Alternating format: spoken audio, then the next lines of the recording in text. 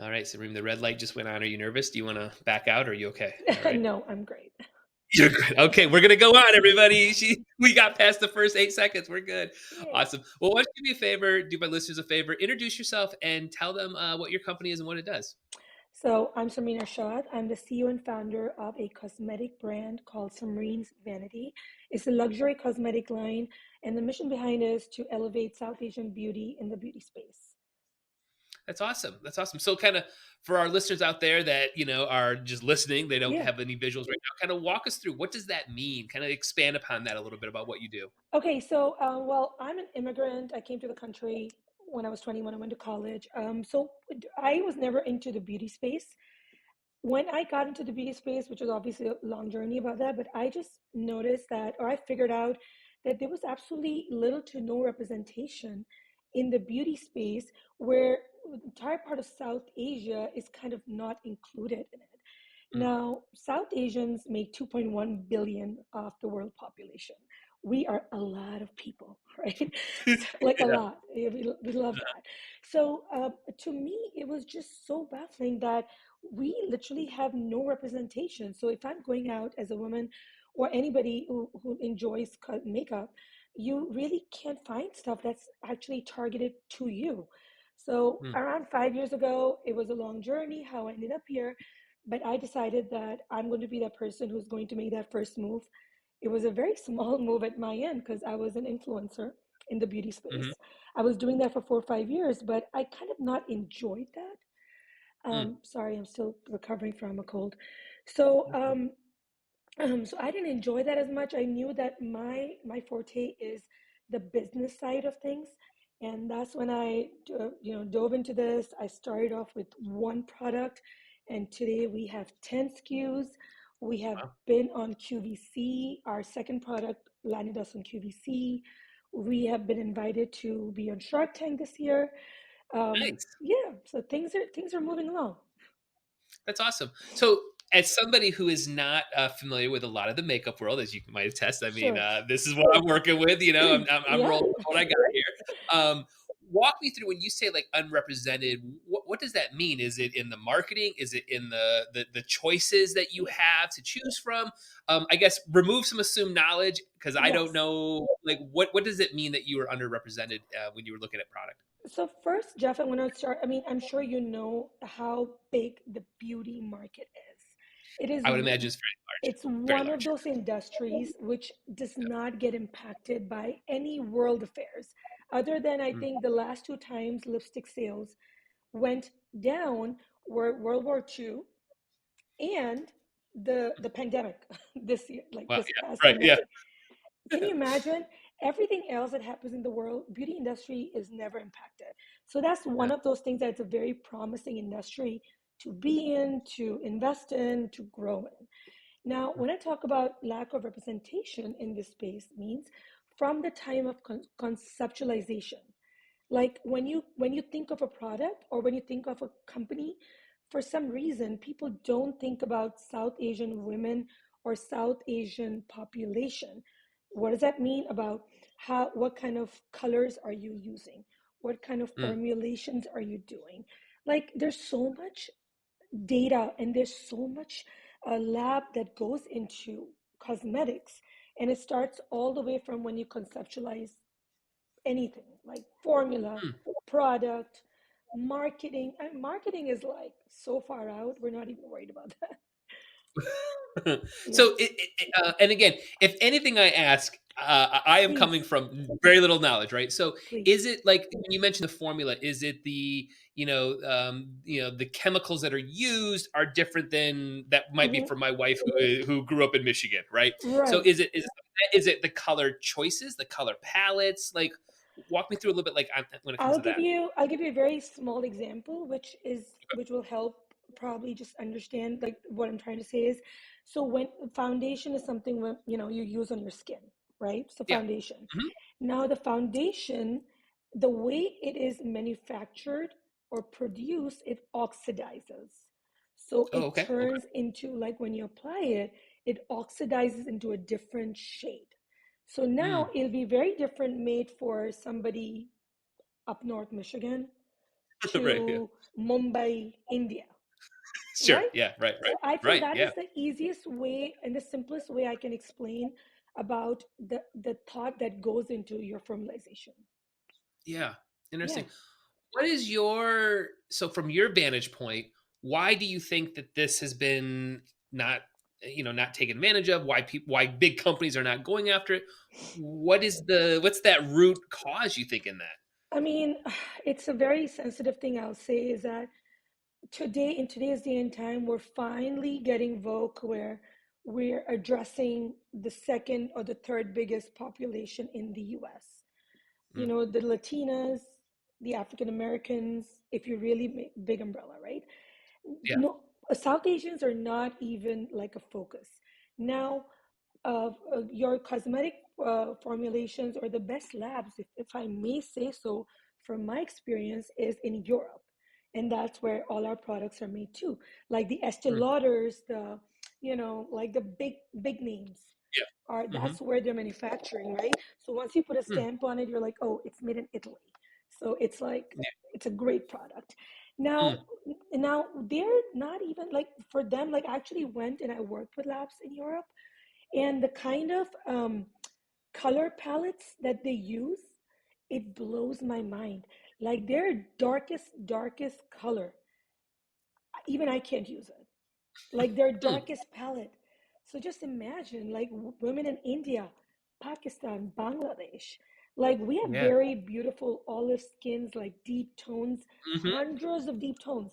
So those companies are not really focused on it because there's nobody like me or a couple of other people who are out there who are like, we're gonna take this on us and we're gonna Wow. bring this to the beauty space. Yeah. Yeah. I, is that is that a product of bad market research? Is it, for lack of a better term, maybe a couple white guys and dockers making these decisions? Where is the fumble happening Ooh, in what you're describing? Like, I who's love fumbling that in it? question. Oh my Yeah. God, it gets me so fired up. So I was in Europe and I went to one of the beauty expos in Europe, and actually specifically Turkey. So Turkey Okay. hosts like Cosmoprof, which is one of the biggest conventions for beauty, skincare, etc. When I went there, that was my first ever time as a buyer. You know, it Mhm. blew my mind because they must be at least, I think they had a turnout of like 7 to 8,000 people who were there, out of which 99.9% people from selling to buying to everyone was male. There was 0.01% female. And then there was this one buyer I sat down with because I really liked their product. I mean, these were like, they were looking for buyers, so I would take their formulations and make it my own, etc. Yeah. I sat down with this gentleman, two gentlemen actually, and obviously my questions were more formula related because for me Yeah. that's the most important part. And he literally says to me, he's like, "Oh, you know what? I don't know anything about that. The girls do it. I just handle the sales." And I was like, "I can't even do business with you, man. I'm so sorry. Like I can't. Like this is ridiculous." Oh man. Man. So to answer your question, yes, Yeah. yes, Gotcha. yeah. Gotcha. Yeah. We're out there ruining everything. I think that's. No, but you know what? Things are changing, Jeff. Things are Yeah. Yeah. changing. There are women like me. Like I'm an immigrant. I came here for Yeah. college, just so you know. I'm a Wolverine. I went to Michigan. Oh, Yeah, go blue. go blue. So I went there for business, and I used to be in automotive. Absolutely loved it. I grew really fast in automotive, and then, well, however my journey landed me here, it's a long story, but I feel I have it in me what it takes to really ruffle some feathers and be like, no, we're here to stay. Like, you need to stop and notice us. And that's Yeah. how we ended up on QVC. Like, you never Right. see people like me on QVC, you know? I'm a Yeah. South Yeah. Asian woman. Yeah, Right. That's yeah, wild. That's great. yeah. Well, I mean, you kind of just talked about a couple challenges that you're facing. I'm sure you have more than that. Hmm. Really walk me through kind of step one, and what was that first initial challenge that you really had to step over to actually say, I'm going to go forward. I mean, I think you mentioned you have 10 products now, but like, let's talk about that first one. Like, what was that first big challenge or milestone that you hit that you just knew, hey, keep going along with it? So the first thing I did was, I tell this to all my the people I a mentor, counsel for starting a business, I feel like sometimes your vision is just so large from the Mm-hmm. get-go that you kind of give up right away, or it's like Yeah. it's difficult, it's hard to get to, or you're discouraged because you're like, oh my god, how am I going to face the L'Oreals, the Right. Right. Maybellines, the Yeah. Estee Lauders. And that was never my goal. My goal was I was a makeup artist, so I knew how makeup works. I'm a Mm-hmm. trained makeup artist from Toronto School of Makeup and Arts. Mm. And then I was an influencer, so I'm very well aware of the social media of today. So for me, it was like, you know what? I come from a culture where, like, the kohl liners or kajal, for anybody who's listening who understands, like, eyeliner is an Mm. integral part of our culture and Mm. South Asia. A woman who doesn't know anything will always have an eyeliner, right? Mm. Yeah. It's kind of like a part of our culture. For some, it's religion. It's like a lot of things play a part of it. Mm. So when I decided that I'm going to make a product, I knew that it has to be in the best lab, because I knew that I'm always going to be questioned or devalued because of my profile. My product has to be like top of the line. Right. Sorry. Um, so the top of the line eyeliners are made in Germany. Okay, Mm. the best, right? Like the Okay. best of the best, and that's what I wanted to work with. Now, Samreen walks into a German lab. They're like, "Who the hell are you? And why should we stop and talk to you?" In all fairness, they're correct, because they don't want to waste their time on this influencer who's like, "I'm gonna make my own product." Right. So in all honesty, that was my first biggest challenge, was to convince them that I'm here to stay. So Yeah. one account manager out of the 10 I talked to took a chance at me from one of the best labs in Germany and said, "Okay, we'll work with you." And then the second challenge was that these big labs, their MOQs, which is your minimum order quantity, are Mm. very high. Yeah. So here I can make something in Miami with a white label for 25 units. And now here in Germany, my minimum units are 10,000, Right. which Yeah. is a huge investment. And Yeah. I think that's how they try to discourage the small players. Mm-hmm. But Mm-hmm. you know what? I put in all my life savings and my retirement in it. So I was like, I'm ready. I'm here to play. You want Nice. 10,000? I'll order 10,000 units. That's So great. That's yeah. great.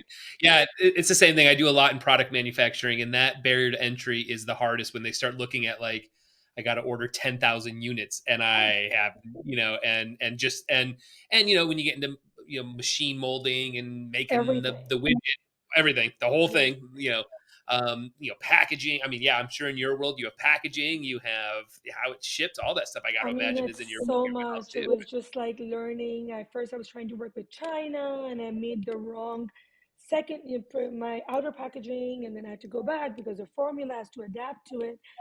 There's Mm. so much to it, but you know what? What I'm very proud of is that I learned everything on the job. Yeah. With my Yeah. own money, I had the time to kind of tweak out things at my own pace. But I Right. was also very fortunate that I had a very strong community of 30,000 followers on Instagram, Oh, on nice. social Nice. media, and I took the product and I proved the concept. So once Mm-hmm. I had, proved my concept, that's when I was like, okay, I think I'm up to something here. Yeah. Uh, Again, I might be asking a question without real understanding on this, Yeah. but where does regulation sort of fit in your world? Do you have to navigate the FDAs of the world and stuff like how does regulations work in your space? Oh my God. And you'll be amazed how much people cheat their way through this, because Mm. there were a lot of manufacturers that I worked with in the beginning trying to get samples, and literally like doing all the legwork, literally flew to Italy to meet one of them. And then when I asked them to show me their FDA approvals and everything, they didn't have it. Mm. I mean, from the, like, I met them in Turkey, I went to Italy, like, time, Yeah. money, energy Hmm. wasted. So I learned that the hard way. But I will say, if you have to work with one of the best renowned established labs. Mm. And and to answer your question about regulations and all these approvals, certifications, huge certifications, if you work with your labs in Europe, the laws there are so stringent that Hmm. they are way above US laws. Wow. Yeah, so if you are making a product there and you have all your certifications, approvals, everything done in Europe, you're pretty much good in the US. I haven't faced any issues yet. Well, Yeah. where in this journey so far is branding and marketing at least fitting in? Are you thinking about that on choices for products? Are you imagining, hey, it's this is the packaging it's going to look again with your background as an influencer stuff? I got to imagine that that's at least floating around you as you're making decisions. Or, Yeah. or is it? Or are you just like, no, I'm going to make a great product and I'll put it in a white box for right now? Or are you like, Mhm. no, no, no, to look like this. It needs to feel like this. How are you thinking about that? So, today, and because I always say I am my own target customer. So when I started off, I wasn't sitting in an office trying to make money. I was Right. actually making a product that people like me were asking for. The community was asking for. So the first thing was what, like even before thought about what the first product will be, it was what is going to be my brand identity. Mm, And that is where you have to start. It could be an ice cream, it could be anything, because you know why? In today's day and age, people are so well aware that if your brand does not have a pulse, nobody wants to buy it, yeah. right? Because why does the world need another eyeliner? Why does the market need another lipstick? Hmm. There are a lot of people doing a lot of great work, but people want to be seen, people want to be identified. So Right. when I thought about brand identity, my first thing was it has to reflect my culture, my heritage, where I come from. I Hmm. wanted you to walk into a store and see the product and be like, oh, I know exactly what that is, Mm, or mm, who's made it, or what brand that is. So yeah. brand identity is the heartbeat, the everything of a brand. Hmm. It's Yeah. interesting. How much do you walk a line, or do you walk a line around like taking too much from your heritage, not having enough, maybe potentially alienating somebody because it's not exactly, maybe from where you come from, but oh, it would still meet other people. So like, how do you just explore those ideas and then apply it once you kind of get Mhm. your answer? This is I'm gonna there are a couple of things I'm going to shed light on. So the first thing was when I wanted to design my packaging, I was like, I don't know how to design packaging. Like Mhm. I have to find an agency or something, whatever. And remind you, I'm like bootstrapping, right? I'm just Samreen sitting in the basement, you know, postpartum Mhm. depression, dealing with a newborn child, and I'm like trying to come up Other with the thing. idea. And I started reaching out to agencies in LA because I'm sure there's Mhm. regulations, Yeah. whatever, everything. I Right. didn't know anything. So I reached out to agencies, and I can, I was getting like insane numbers, like just crazy numbers. Sure. From one SKU, people were charging me like 25 to $40,000 to design it and this and that. And they're like, we have to do the market research, we have to do this. And I'm like, don't worry about it. I've done all my market research. I've been Mhm. doing this for the last 10 years. I was Right. an influencer. I know everything that we need. Yeah. Anyways, couldn't convince anybody to work with me because for what I was willing to pay, which was almost laughable. So I said, you know what? I'm gonna get Canva and I'm just gonna design the packaging myself. I went to Sephora and Ulta because I was making packaging for eyeliner. I went and bought every eyeliner they sold, Mhm. every brand, every eyeliner that was sold. I think I invested like $500 or something. No big deal. I Yeah. studied all the packaging myself, and then I Mhm. realized this is not rocket science. I can do this Yeah. myself. I Yep. made the packaging myself. That was the first one, second, third, 9 SKUs.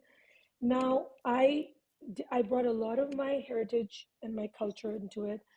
So there's something that is called truck art, which Okay. is which is the decor of the public transportation in that part of the world. It's a Hmm. very Okay. unique kind of art, and now it's gone global. Like California they bring in our public transportations, like our buses, our Mm. rickshaws, our taxis. They ship them in. They have a huge like convention for it and stuff. Beautiful. It's all about color because our culture is very celebratory. We Yeah. love celebration. You know, our weddings are like a week long, right? So, Yep. so we are very colorful by nature. We love celebration, and that's what I wanted my packaging to reflect, and that's what I wanted my branding to reflect. Yeah. And that's what we did. I just took the elements. I got a artist to design that for me, and we put it on there. So yes, our packaging is very, very unique. Hmm. But does the world really need another black packaging of Tom Ford? Like, Right. Right. really? Do we need another white premium packaging? I can't tell you how many people told me, don't do color. Premium is black, white, black, white. I'm like, you know what? If I have to do that, I might as well not even have a brand Yeah. because I'm not going to do that. And I took the chance on myself, and people are obsessed with our packaging. They don't have to That's be great. South Asian. People just love that it's so unique, it's so different. They've never Mm. seen something like this before. Yeah, that's excellent. That's Yeah, really awesome. It's funny. You've kind of hint on this a few times, and it's something that resonates with me a lot. I coach a lot of startup companies, right? yeah, And you have that energy and that like determination to be like, I'll just do it myself. yeah, I can't afford $40,000. I can't afford like, but correct. let me figure it out. There's a lot of people who that's it. They just boop, that's it. I can't go forward, or I'm not going to go and learn that skill set. Hmm. Where do you think that comes from? Is that something that you just think comes from, because not everybody has it? As somebody who's worked with hundreds of startups, the amount of CEOs that would just say no, I'm always intrigued because I have I'll figure it out. I'll figure out this Yeah. automation. I'll figure out this thing. Where do you think that came from in your world? Is it parents, your upbringing, significant others? Um, Where did I come from a very conservative family. I'm the first girl in my family to go to college. that? I came to the US. I fought my way through because I don't know. I always knew I had to do something. I didn't know what it was. When I Mm-hmm. landed a job in automotive, I was literally a fresh graduate of Michigan, right? I'm like, great, I'll get a job. And Mm-hmm. they put me in this account manager's position when the first Chevy Volt was launching their first electric car. Mm-hmm. Not for like the fun, sexy part of it. I was part of the plastic molding part. Yes. So if you know about that world, I was talking tools, I was talking Yeah. cavities, I was talking about like your shot rates, like everything. I was like, oh my God, do these people really want me to do this? I have no freaking idea like what I'm doing. But I've always been the kind of person who focuses on the solution than the problem. And I Yeah. think that you have to be that kind of person to do Mm-hmm. it. So I think to be successful, you don't need to have a high IQ. You don't need to be a certain look. You don't need to have a certain personality. You need to have the drive to keep moving forward. And I think everyone doesn't have that. There's a word for it. I think it's not the gist, but it's a word that they use. They're like, you have Yeah. to have that in you Yeah. that you will figure it out. And I Yeah. and I do it every single day. Yeah. That's great. Yeah. Let's talk a little bit about like how does a company like yourself navigate industry trends, and not either getting swept up in them, maybe not missing them. Like, again, especially I got to imagine in the social media world, maybe there's a new trend that's what Mm-hmm. everybody's talking about, and now all of a sudden maybe you shift identity or you shift a product or you think that, and then Yeah. the TikTok trend is over. We're not doing that now. How do you sort of just navigate that and not either get swept up in it or put too much into it or ride the wave Hmm. appropriately? Like, just how do you kind of navigate that?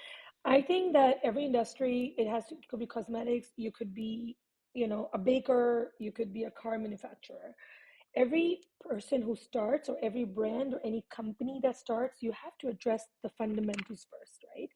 Mm. I mean, you cannot go and start making like a plane, or I don't know, like a flying car. First, you would make a Right. car. Even if a flying car is trending, you have to learn how to make a car, and you have Yeah. to get people to understand that hey, you are a great car manufacturer. So Mhm. when I was launching my cosmetics, I really wanted to hit the heavy hitter first. What is it that a woman will rebuy and stock or buy multiples of? So when you think about these things, I think the first thing that comes is eyeliner, Mm. because an eyeliner is something that 9 out of 10 women use. Mhm. An eyeliner is something people use every single day if they use it, Mhm. or it is the one thing that they run out of the most. Mm, Okay. That was my first thing. And the other thing was I was launching in the pandemic. So mm. I knew I had to be masked up, Yeah, right? And right. that's how we were, that's how in the beauty space it was talked about. Are you masked up? Are you masked down? Mm, That's how they split the face. So I was like, I have to be masked up because it's a yeah, pandemic. Nobody's buying anything. right, So I right. think that if you're starting off something, there will always be trends that I read about. I'm on, registered on every beauty report, magazine, whatever. Okay, sorry, there was a lag in between. Yeah, it's all right. It's uploading locally, so it should be fine. So, Okay, so yeah. I think that a lot of people tend to get distracted by that stuff. I don't Mhm, think we need to ride the wave with the trends until you are established. And now that I'm working on my fourth product, after my nine SKUs is when I'm seeing like, okay, lipsticks are not the thing right now. It's the lip glosses. So now I'm mhm, worried about the trends, or now I'm focusing on the trends because I have a yeah. following. I've established myself. I've learned Mhm, the industry trade and tricks. yeah. So, I Right. mean, and this implies to every industry. It's not just beauty. Like, I don't think we should be so trend forward because trends come and go. The Mhm, mhm. fundamentals stay. Right, right. Yeah. Yeah, it's interesting. Let's talk a little bit about just funding in general. You obviously mentioned that you bootstrapped a lot of this. How does sort of your approach to funding? What is the landscape even like right now for funding? Is this a venture capital play? Is it equity crowdfunding play? Is it a couple of angels? Is it friends and family? Like what is funding in the beauty space right now? What does it look like? So the one thing, because I've learned, because this is a new space that started navigating last year, I guess. So my first thing was I had to prove to myself and to people that I truly believe in this. Hmm. So I was fortunate enough that my husband and we had a decent amount of savings, and we took the chance on ourselves. So that was the first thing, because I was like, if I go south, it's my money and I can cry it out, right? But now if I have people's money and I'm trying to figure something out, I mean, I don't know if I wanted that kind of stress on myself, right? Sure. Yeah. So beauty is something that requires a lot of capital. it's Hmm. it's not for the weak-hearted. I mean, forget about the pocket. I'm talking about the weak-hearted, because when you're investing, like when you write that first check of like $20,000 for your inventory, you're like, holy crap. I mean, I just hope this goes fine. But at least it's my own money. I did that. So I started off with that, and then I realized, man, your marketing, everything just requires so much money, and that's when I started exploring how do you move forward. Like, I don't know Yeah. anything about this. So there's so many ways in today's day and age to fund businesses, because I think it's just the pandemic has just changed the way people work. Yeah. It's a time of entrepreneurs. There's a time of innovators. Everybody has just kind of believed that they are capable of something, which is Hmm. incredible, because that's when you really push your boundaries.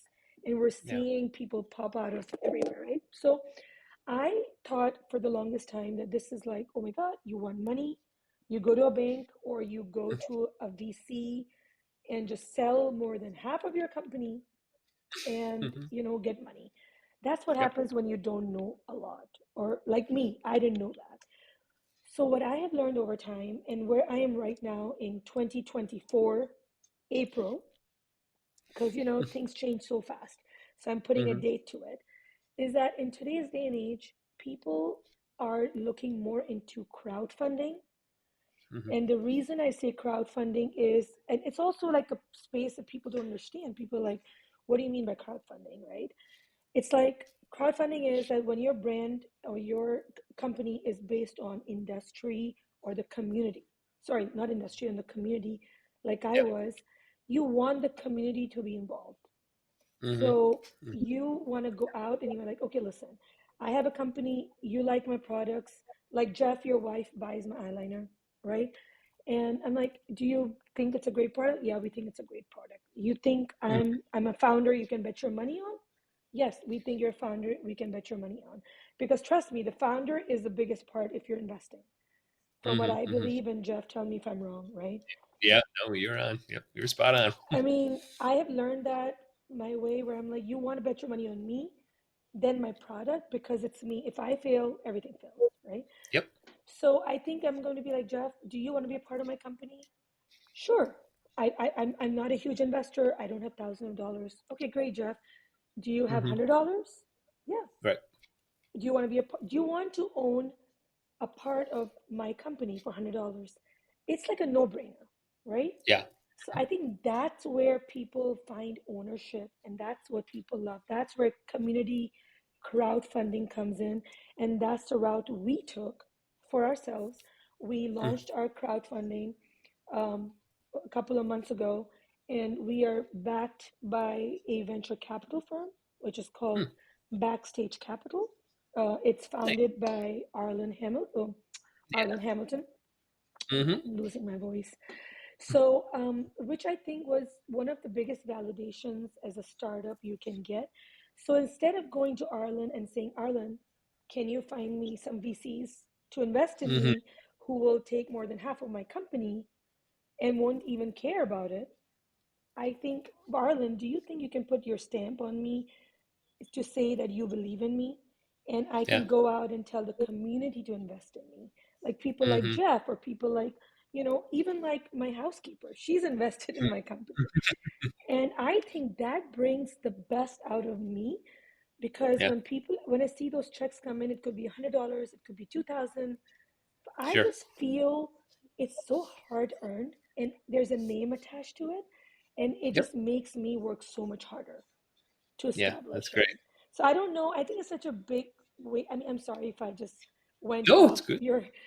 No, it's great. There's so much to it. I wish I could give them all the gems, but Yeah. No, it is it is the right thing for a lot of companies just because again, as somebody who helps out at a VC firm here in Detroit, it's we're not just money's not leaving the and the terms are never what you want them to really be at the end of the day. And I think ultimately what we're starting to see more and more of is guys like me saying, go prove it in the crowdfunding space, get your marketing in order, get a community built, then come to me when you've kind of taken more of that risk instead of us taking that risk. So it really is it is a win-win. How did you end up meeting Arlen? I mean, she had a huge Republic campaign. What is that? Maybe 5 years ago or something like that now at this really, point.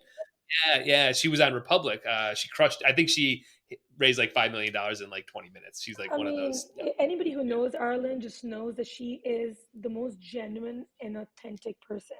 So I will say that because there aren't many women like me in the beauty space who are growing so rapidly, Hmm. I get I get reached out by a lot of mentors Mm, to say that, hey, why don't you join my mentorship, this and sure. that. There are a lot of women powerhouses who are doing that now. And Mm, I was very fortunate to be reached out by many of them, but Arlen Hamilton was not one of them who did that. mm, And I will say that even though I was desperate, I knew that your mentor is somebody who can either take you forward or completely crush your spirits. So mhm, I interviewed with multiple people, and I just thought they were so money oriented and they were so money focused that it was just not where my heart was. My sure. heart was, I need to make the best freaking product. I need to make the best community product. I want you to love me and my product. Yeah. I don't know. It's just very important to me that I Hmm. want people to know me, because I am the face of the brand, right? So if you don't like me and I'm just showing you my private jets and my bags and my shoes, I mean, it's like a birthday party that you're invited to, and now you just watch me open my gifts and you go home. No, I want a party where we all come and we all enjoy and we grow together and we all Yeah. get a favor in the end. So I met Arlen. I went to a convention in Puerto Rico. That's the other thing people don't realize is that you need to invest in your own self growth first. Because Mm, if you're not learning by being around people like you can't grow.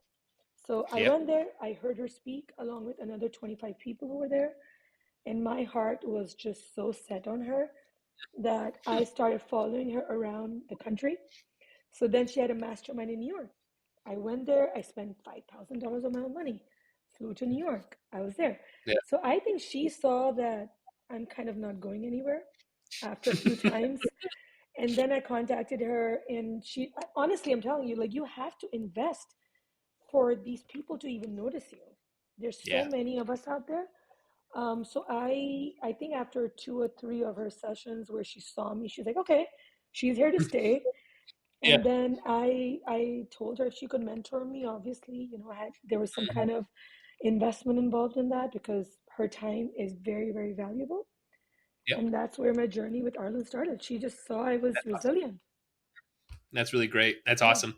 Well, you talked a little bit earlier too around, yeah, just having a newborn. Like, talk a little bit about work-life balance, just all of that, because I know even for myself, I've got a 13-year-old and a 10-year-old. After this, I got to also deal with my 92-year-old great grandma. Then I got to go do this, and then I got to dance Yeah. tonight for my daughter. Then I got soccer Of practice. course. Like, so how are you navigating that? And then also, just maybe even from the perspective of a woman CEO, how does what's that weight like in your world that might be different than my world? Mhm. Like, how do you sort of navigate those waters?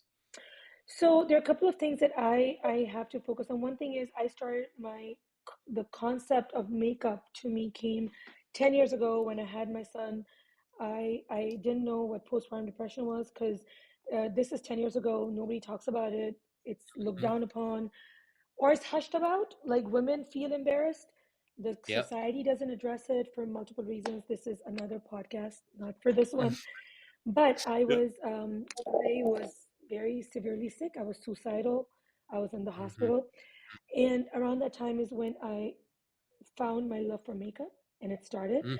So I just knew two things at that time. I feel like when you have a kid or any kid of any age, is different from each age, your challenges. You just have to make it work. It's not a 9 to 5. It's a Right. Yeah. 24/7. So I don't Yeah. think anybody should be fooled that, oh, I work for myself. I work for myself. I have not taken a vacation in years, I've never had a vacation. right? Vacations look different. My vacations are I go to conventions where end of the day I may have a drink with somebody because that's like, okay, let's just turn down. and, Yeah. and then Yeah. you come back because your kids are at home and whatever. So Mhm. I think everybody has a personal work life balance. And I will tell you, as a mother of a 10-year-old child, and my company has grown, there you cannot have it all. So Yeah. please stop trying to have it all. Do your best on Friday. What's the date today? I don't know. I wake up I every think it's a day. Friday. Yeah, Yeah. I I think wake it's up a and I Friday. try to do my best that day. And that is your best, and that is the best you'll ever be able to do. Yeah, that's great. That's Yeah. great. Yeah, it is. I think this is gonna be a great conversation for a lot of my founders.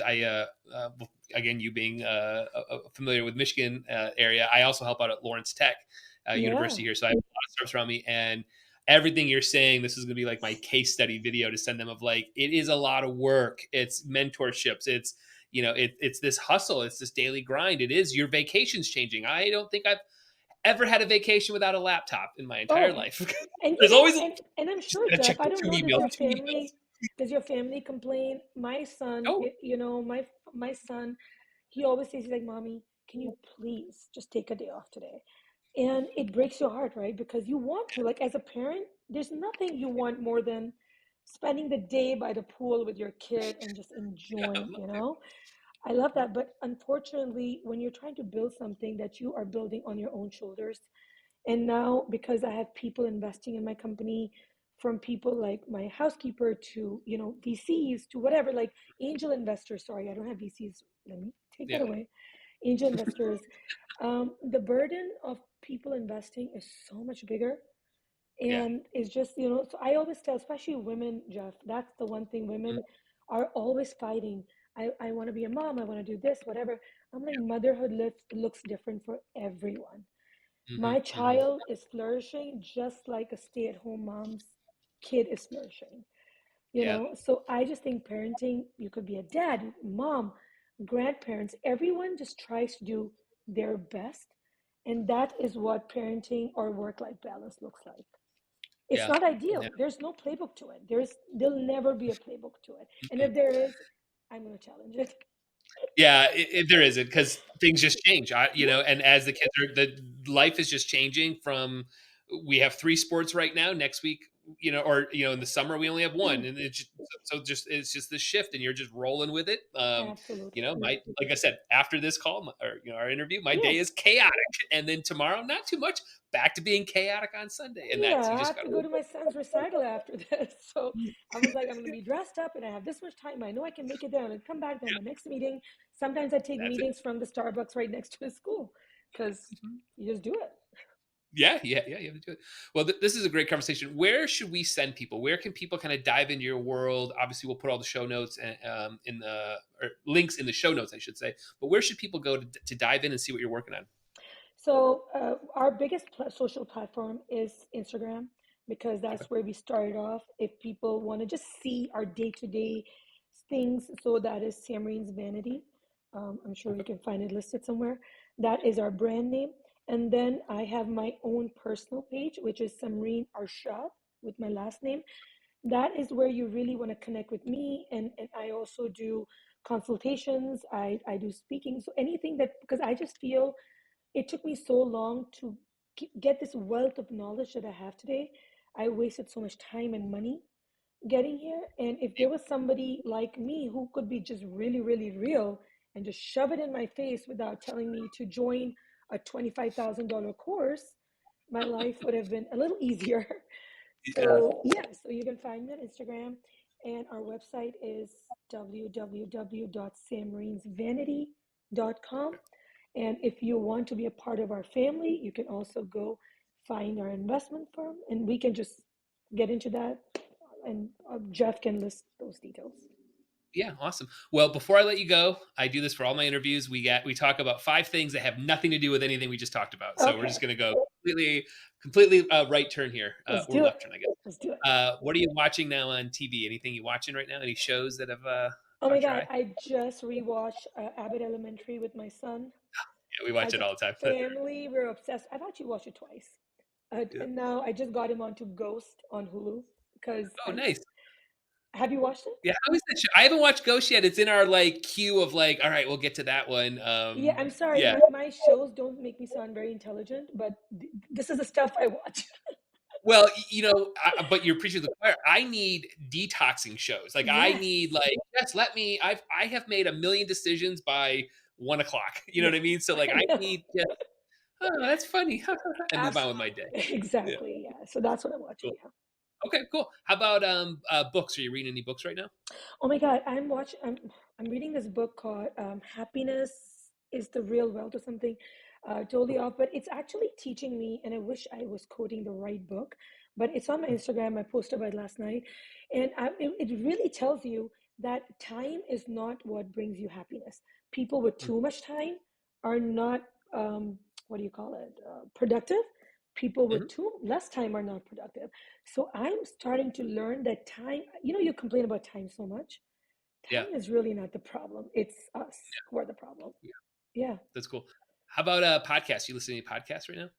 Oh my God, so many. I'm listening to well, obviously, I'm listening to the Millionaire podcast right now by Arlen, Mhm. because the way she teaches you through people and like people like me, that's what really moves the needle for me. So right now, I'm fixated on Okay, that. okay. How about music? What music are you listening to right now? Oh gosh, I'm so bad at that. I'm sorry. I'm not the best person. Don't ask me. I still listen to Brian Adams, okay?